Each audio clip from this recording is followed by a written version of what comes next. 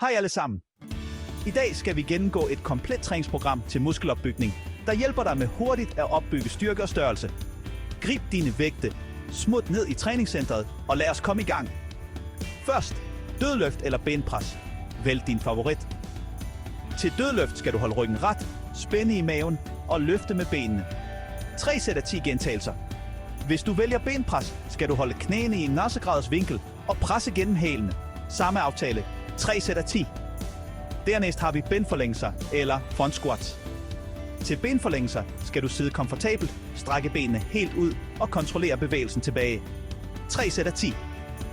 Til front squats skal du holde vægtstangen på tværs af skuldrene, squatte ned indtil din lår er parallel med jorden og pres dig selv op igen. 3 sæt af 10. Nu går vi videre til benbøjninger. Læg dig på maven på en light curl maskine. Bøj benene op, indtil dine hæle næsten rører dine baller. 3 sæt af 10. Nu, leg raises. Stå med fødderne i skulderbreddes afstand, hæv dig op på tæerne og sænk langsomt ned igen. 3 sæt af 10. Nu skal vi træne brystet med bænkpres.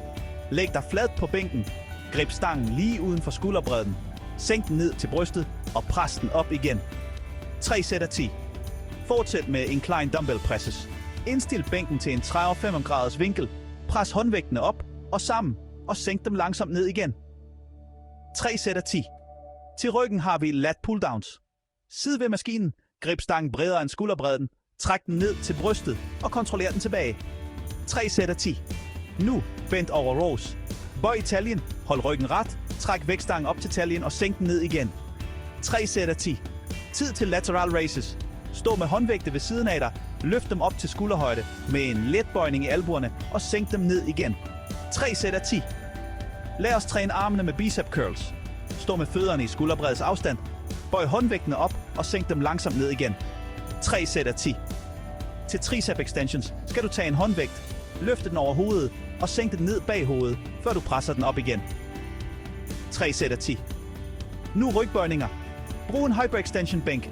Sænk overkroppen ned mod jorden og løft dig op igen, indtil din krop danner en lige linje. 3 sæt af 10. Til sidst mavebøjninger. Lige på ryggen med bøjet knæ, hænderne bag hovedet og løft skuldrene op fra jorden. 3 sæt af 10. Husk at fokusere på din form og bliv ved med at presse dig selv. Regelmæssighed er nøglen. Hold dig stærk, så ses vi i næste træningsvideo.